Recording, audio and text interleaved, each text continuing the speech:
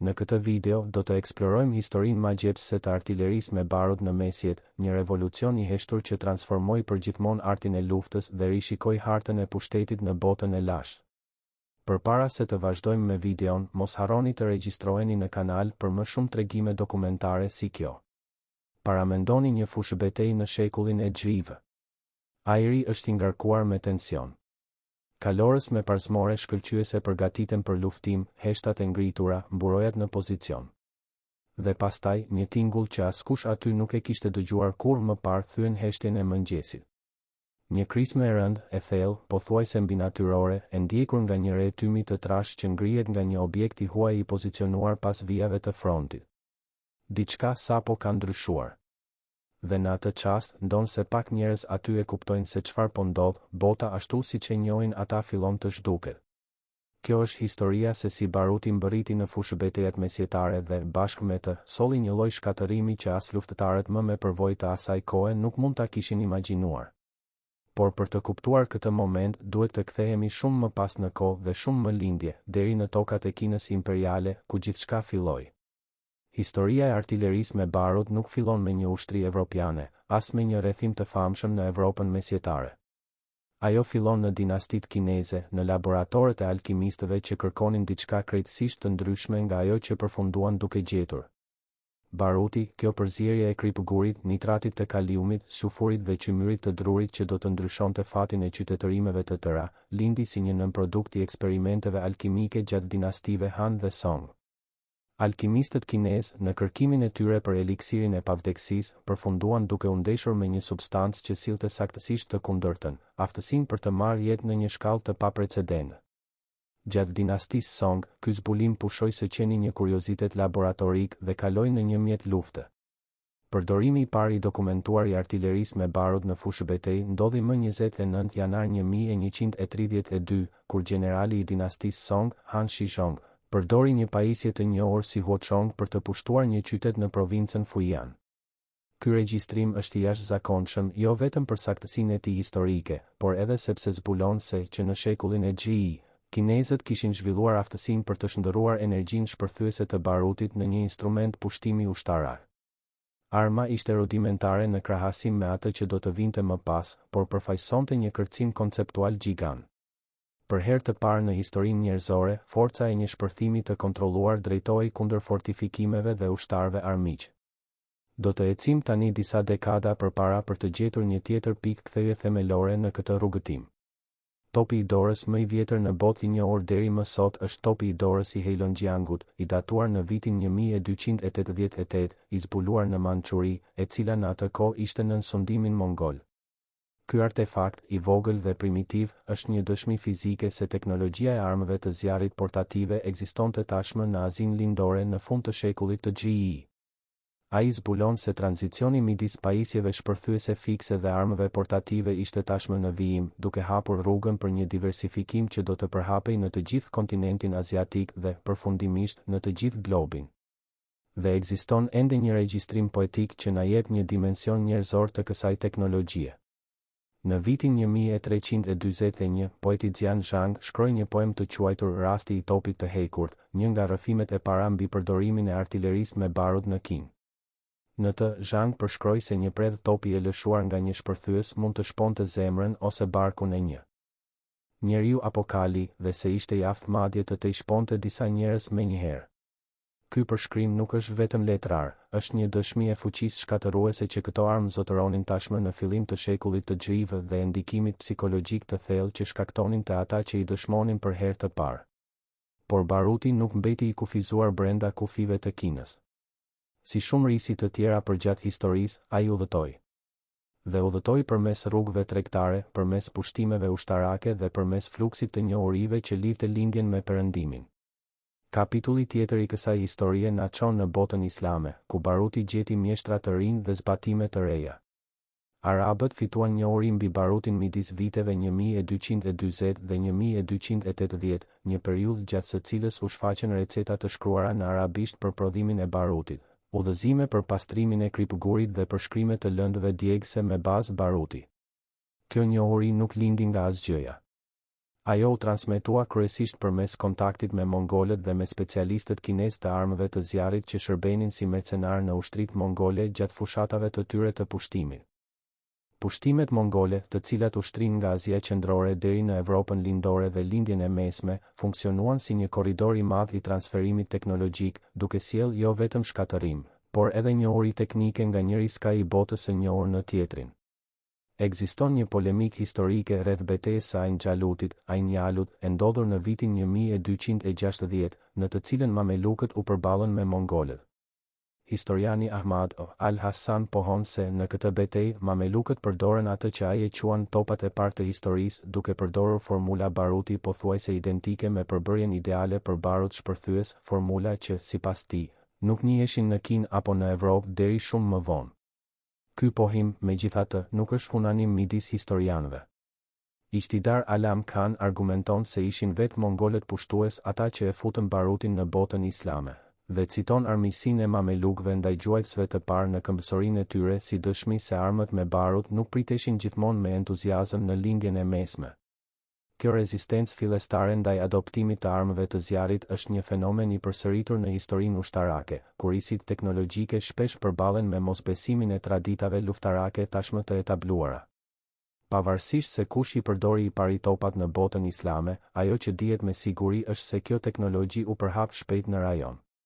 Ka regjistrime që tregojnë përdorimin e topave si makina rrethimi nga sultani Marinid Abu Yaqub Yusuf, gjatë rrethimit të Sigjilmasës si Ilmasa në vitin 1274, sipas interpretimeve të shkrimeve të historianit Ibn Khaldun.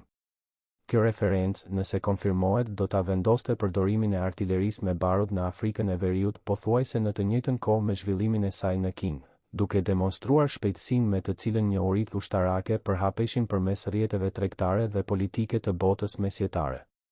Por përdorimi më spektakolar i artillerisë në botën islame do të vinte pothuajse 2 shekuj më vonë, në një ngjarje që do të shënonte fundin e një epoke dhe fillimin e një tjetre. Në vitin 1453, trupat e sultanit Osman Mehmeti I rrethuan Konstantinopolin, kryeqytetin e perandorisë bizantine, një qytet që I kishte rezistuar rrethimeve të panumërta përgjatë më shumë se 1000 vjetëve. Këtë herë, megjithatë, osmanët sillnin me vete diçka që asnjë ushtri e mëparshme nuk e kishte zotëruar: bombarda të madhësisë kolosale, topa gjigant të aftë për të lëshuar topa të mëdhenj guri në një distancë prej 1 miljeje. Tingulli I çdo shkrepjeje mund të dëgjohej në një distancë deri në 10 milje. Inxhinieria pas këtyre armëve të jashtëzakonshme I atribuohet Urban, një inxhinier hungares topash që solli njohuritë e artillerisë nga Evropa qendrore në botën osmane. Një nga pjesët e artillerisë së kësaj periudhe, e prodhuar prej bronzi dhe e përbërë nga 2 pjesë, tyta dhe prapavia, peshonte plot 18.4 ton. 2 seksionet bashkoheshin me vida dhe përdoreshin leva për të lehtësuar punën e montimit. Këto bombarda përfaqësonin kulmin e inxhinierisë së artillerisë mesjetare dhe luajtën një rol vendimtar në rënien e Konstantinopolis, një ngjarje që shumë historianë e konsiderojnë si pikën e fundit të mesjetës. Historia e artillerisë me barut nuk u kufizua vetëm në Azi dhe Lindjen e Mesme.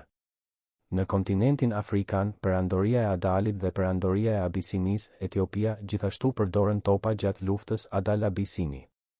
Adalitët, të udhëhequr nga Ahmed ibn Ibrahim al-Ghazi, ishin fuqia e parë afrikane që futi topa të importuar nga Arabia dhe bota islame.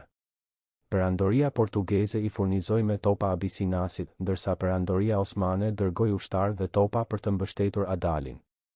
Ky konflikt demonstroi avantazhin vendimtar të armëve si musketat me fitil, topat dhe arkebuzët mbi armët tradicionale. Le të kthejmë tani vëmendjen tonë nga Evropa, ku historia e artillerisë me barut do të merrte tone veçanërisht dramatike. Një nga përmendjet e para të barutit në Evropë u shfaq në veprën Opus Maius të Roger Bacon në vitin 1267. Baconi, një frat franceskan anglez, përshkroi një recetë për barutin dhe njohu potencialin e tij ushtarak.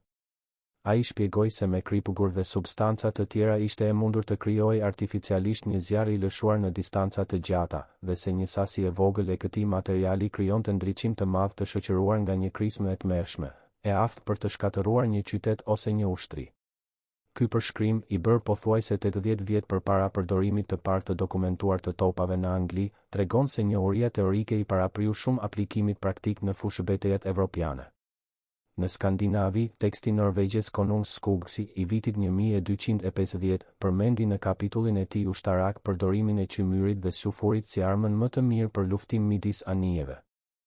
Kjo referencë tregon se përbërje djegëse të ngjashme me barutin qarkullonin tashmë në veri të Evropës në mesin e shekullit të GE, ndonse ende jo në formën e topave.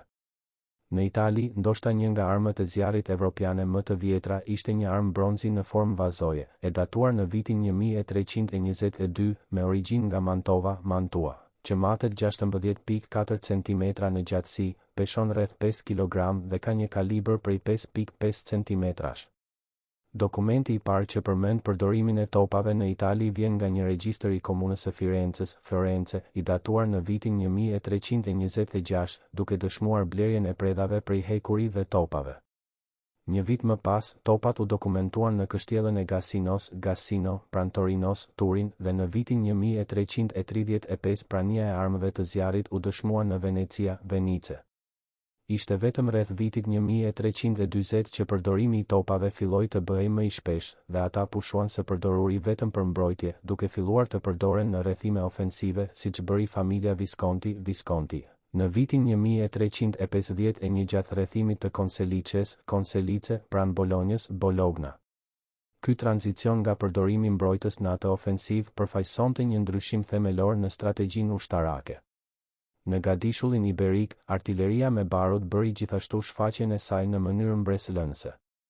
Duke ju referuar rrethimit të Alicante në vitin 1331, historiani spanjoll Zurita regjistroi një makinë të re që shkaktonte tmerr të madh dhe që lëshonte topa hekuri me zjarr. Ky përshkrim gjallë ndikimin psikologjik të thellë që këto armë të reja shkaktonin, një tmerr që shkonte përtej dëmit fizik dhe që destabilizonte ushtri të tëra përpara se betejë e vërtetë të fillonte. Më vonë, gjatë rrethimit të Algeciras, midis viteve 1342 dhe 1344, historiani spanjoll Juan de Mariana tregoi se të rrethuarit shkaktonin dëm të madh midis të krishterëve me predha hekuri që gjuanin, dhe vuri re se kjo ishte hera e parë që gjendej ndonjë përmendje e barutit dhe predhave në historitë e tyre.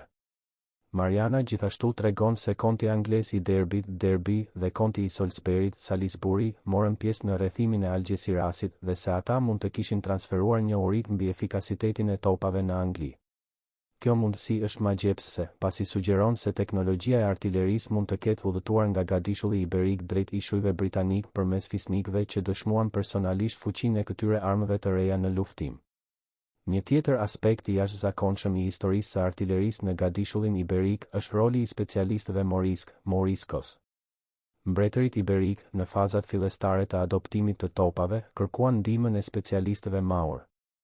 Mjeshtrat e parë të artillerisë në gadishull ishin ndoshta Maur në shërbim të mbretërive të krishtera. Mbreti i Navarre, kishte një Maur në shërbim të tij në vitin 1367 si mjeshtër të garnizoneve të artillerisë, dhe Moriscët e Tudela, kishin famë për aftësitë e tyre në riparimet e artillerisë. Ky shkëmbim njohurish midis kulturave rivale është një kujtesë se historia e teknologjisë ushtarake rrallë ndjek linja të drejta zhvillimi brenda një qytetërimi të vetëm. Në Angli dhe në Francë, artilleria me barut hyri në një mënyrë veçanërisht domethënëse gjatë shekullit të xhive. Topat duket se janë futur në mbretërinë e Anglisë në këtë shekull dhe ka përmendje për përdorimin e tyre kundër skocezëve në vitin 1327. Topi i parë prej metali ishte pot de fer, vazoja e hekurt, paraqitja e parë vizuale e të cilit shfaqet në një dorëshkrim të ilustruar të Alter de Millemete, të datuar në vitin 1327. I cili ju prezantua Edward I, me rastin e ngjitjes së tij në fronin anglez. Dorëshkrimi tregon një mbështetëse me 4 këmbë që mban një lloj shisheje barkmadhe, ndërsa artilieri pozicionohet mjaft larg, duke ndezur ngarkesën me një shufër hekuri të skuqur. Një projektil del nga gryka e armës, por asnjë tap nuk është e dukshme në ilustrim. Ndonse paraqitet në traktat, asnjë shpjegim ose përshkrim nuk e shoqëron imazhin, gjë që sugjeron se vetë autori mund të mos e ketë kuptuar plotësisht funksionimin e armës ose mund ta ketë konsideruar ilustrimin mjaftueshëm të qartë. Pot Defer, me formën e tij barkmadhe të ngjashme me një vazo, ishte një armë rudimentare efekti i së cilës ishte më shumë psikologjik se sa fizik.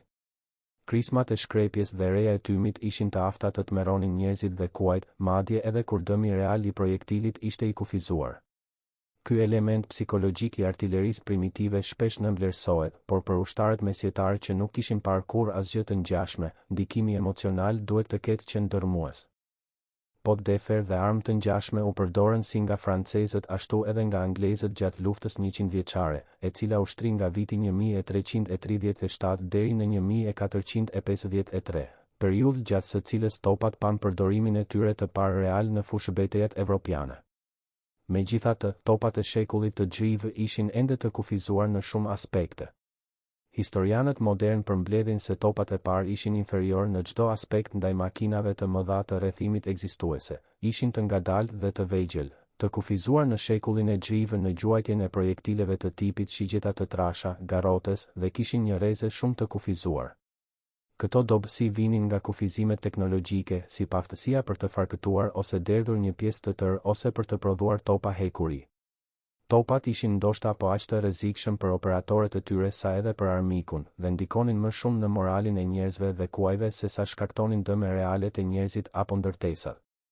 Gjatë dekadës së vitit 1340, topat ishin ende relativisht të rrallë dhe përdoreshin në numra të vegjël nga vetëm disa shtete. Të ashtu quajturit Ribaldis, u përmendën për herë të parë në regjistrat e garderobës private angleze gjatë përgatitjeve për betejën e Crecy's, Crecy, midis viteve 1345 dhe 1346. Besoi se këto armë gjuanin shigjeta të mëdha dhe mbusheshin me saçme të thjeshta, por ishin aq të rëndësishme saqë qëndronin nën kontrollin e drejtpërdrejtë të garderobës mbretërore.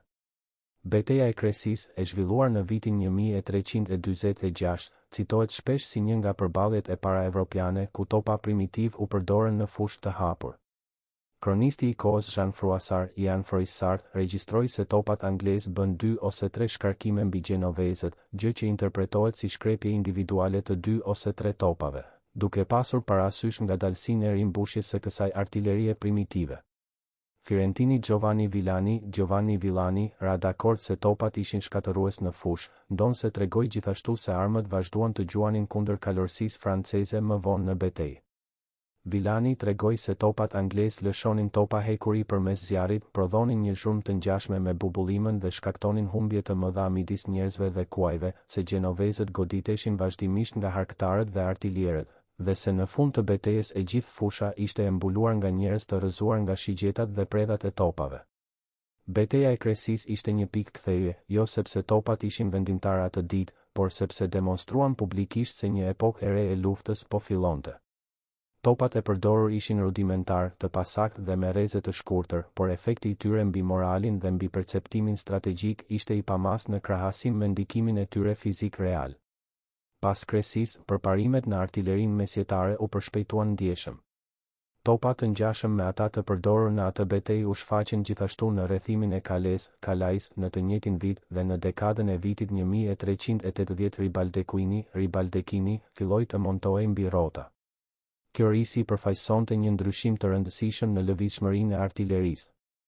Një top fiks ishte i dobishëm vetëm në pozicione mbrojtëse ose në rrethime të gjata, por një top i lëvizshëm mund të ripozicionohej gjatë një betejë dhe të shoqëronte një ushtri në marshim. Deri në fund të shekullit të gjv, mbështetëset me rrota u bën të zakonshme dhe topat filluan të derdheshin më shpesh në bronz, duke përmirësuar qëndrueshmërinë dhe besueshmërinë e tyre. Problemet logjistike, megjithatë, mbeteshin të konsiderueshme, deri në 3 duzina kuajsh dhe qesh mund të ishin të nevojshëm për të lëvizur disa nga topat e mëdhenj të kohës. Një tjetër tip topi i kalibrit të vogël që lindi në shekullin e gjivë ishte Kolubrina, emri i së cilës vjen nga dorezat në formë gjarpri. Ajo përfaqësonte një tranzicion midis armës së dorës dhe topit të mirëfillt dhe përdorej si armë kundër personelit. E farkëtuar në hekur dhe e fiksuar në një mbështetëse druri, ajo vendosej zakonisht mbi një mbështetje për shkrepje. U bë e zakonshme në betejat e shekullit të gjv, veçanërisht midis ushtrive burgundians. Si më e vogla e armëve me barut mesjetare, ishte relativisht e lehtë dhe portative. Gjuante predha plumbi, një material i lirë, gjë që e bënte përdorimin e saj ekonomikisht të qëndrueshëm në fushata të gjata. Përparimet më do me thënë se në artillerinë mesjetare, megjithatë, erdhën në shekullin e gjv me zhvillimin e bombardave, një formë primitive e topit të rrethimit e përdorur posaçërisht kundër mureve dhe kullave. Bombardat përfaqësonin një kërcim cilësor në krahasim me armët e mëparshme. Ndërsa topat e parë ishin shpesh më shumë zhurmues se sa shkatërues, bombardat e shekullit të gjv zotëronin fuqi të mjaftueshme për të rrëzuar fortifikimet që deri atëherë konsideroheshin të pathyeshme. Kështjella e Bamburgut, Bamburg Castle në Angli, që më parë konsiderohej e pamposhtur, u mor nga bombardat në vitin 1464, duke demonstruar në mënyrë të padiskutueshme se epoka e fortesave mesjetare të pathyeshme kishte marrë fund. Një tjetër shembull i shquar është fortesa e Uarkut, Ark, në Northumberland, kulla kryesore e së cilës u përshkrua në vitin 1517 se kishte 5 kate, në secilin prej të cilëve kishte 5 hapje të mëdha për gjuajtje, të ndërtuara me qemer të mëdhenj guri, përveç një kati që ishte prej druri, në mënyrë që bombarda të mëdha mund të gjuheshin nga secila prej tyre. Një shembull fizik i bombardës u gjet në hendekun e kështjellës së Bodiamit, Bodiam Castle, dhe një kopje mbahet sot në brendësi të saj. Këto armë ishin aq të vlerësuara saqë prania ose mungesa e tyre mund të përcaktonte rezultatin e rrethimeve që ndryshe do të zgjasnin muaj ose edhe vite për t'u zgjidhur. Operimi i artillerisë mesjetare kërkonte një ekip të specializuar dhe një organizim të kujdesshëm. Ekuipazhet e artillerisë zakonisht rekrutoheshin midis artizanëve të qyteteve. Mjeshtri artilier ishte shpesh i njëjti person që derte topat, një specialist që kombinonte njohuritë e metalurgjisë, kimisë dhe taktikës ushtarake. Në kontingjente më të mëdha, mjeshtrat artilier ishin përgjegjës për pjesët e artillerisë më të rënda dhe shoqëroheshin nga nxënësit e tyre, përveç kovaçëve, marangozëve, prodhuesve të litarëve dhe karrocierëve. Pjesët e fushës më të vogla operoheshin nga vullnetar të trajnuar. Në betejën e Flodenit, Floden, çdo top kishte ekipin e tij të artilierëve, ndihmësve dhe drejtuesve, përveç një grupi pionierësh të ngarkuar për të përgatitur rrugën përpara. Edhe me një rrugë të niveluar, përzierja e barutit e përdorur ishte e paqëndrueshme dhe mund të ndahej lehtësisht në komponentët e saj, squfur, kripugur dhe qymyr gjatë transportit. Një problem që kërkonte vigjilencë konstante dhe manovrim të kujdesshëm. Pasi pozicionoheshin në vendin e luftimit, topat gjuheshin në nivelin e tokës pas një gril druri të lëvizshme, e cila siguronte një farë mbrojtjeje për ekuipazhin. Pyka druri kontrollonin lartësinë e tytës. Shumica e topave mesjetar ishin me mbushje nga prapa, ndonë se ende nuk kishte asnjë përpjekje për të standardizuar kalibrat. Pajisja standarde e mbushjes konsistonte në një lopat bakri, një shufër ngjeshëse dhe një furç felti. Një kovë me ujë mbahej gjithmonë pranë topit dhe thëngji të ndezur përdoreshin për të nxjerrur projektilin ose për të mbajtur fitilin e ndezur. Këto procedura zbulojnë një sofistikim operacional befasues për periudhën. Skocia ofron disa nga episodet më dramatike dhe zbuluese të historisë së artillerisë mesjetare. Disa mbretër skocez demonstruan një interes personal të jashtëzakonshëm në zhvillimin e topave. Më tragjiku prej tyre ishte Jacobi James I cili u vra nga shpërthimi aksidental i një prej topave të tij ndërsa rrethonte kështjellën e Roxburgut, Rodburg Castle, në vitin 1460. Ky incident është një kujtesë e zymt e rreziqeve të qëndësishme të artillerisë primitive, jo vetëm për ata që ishin në shënjestër të topave, por edhe për ata që i operonin. Baruti ishte i paparashikueshëm, metalet ishin shpesh me defekte dhe procedurat e sigurisë ishin rudimentare në rastin më të mirë. Vdekja e një mbreti nga artilleria e tij ilustron në mënyrë tronditëse rreziqet që shoqëronin këtë teknologji të re. Nga e njëjta periudhë daton e famshmja Mons Meg, ndoshta shembulli më i njohur i një bombarde masive. Kjo armë kolosale, e cila mund të shihet edhe sot në kështjellën e Edimburgut, Edimburg Castle, përfaqëson kulmin e inxhinierisë së artillerisë mesjetare skoceze dhe është një dëshmi fizike e magjepsjes që këto armë ushtronin mbi sundimtarët e kohës. Jacobi James I Skocisë I. Konsideruar si figura e parë rilindase e vendit, ndante magjepsjen e paraardhësit të tij për topat, si në tokë ashtu edhe në det. Rreth vitit 1502, ai investoi në krijimin e një marine skoceze që duhej të kishte një numër të madh topash. Ania e tij kryesore, Great Michael, u lëshua në det në vitin 1511, e pajisur me 36 topa të mëdhenj, 300 pjesë më të vogla dhe 120 artiljerë. Ky investim masiv në artillerinë detare demonstron se në fillim të shekullit të GV, topat ishin bërë jo vetëm armë fushe dhe rrethimi, por edhe komponent thelbësor të fuqisë detare.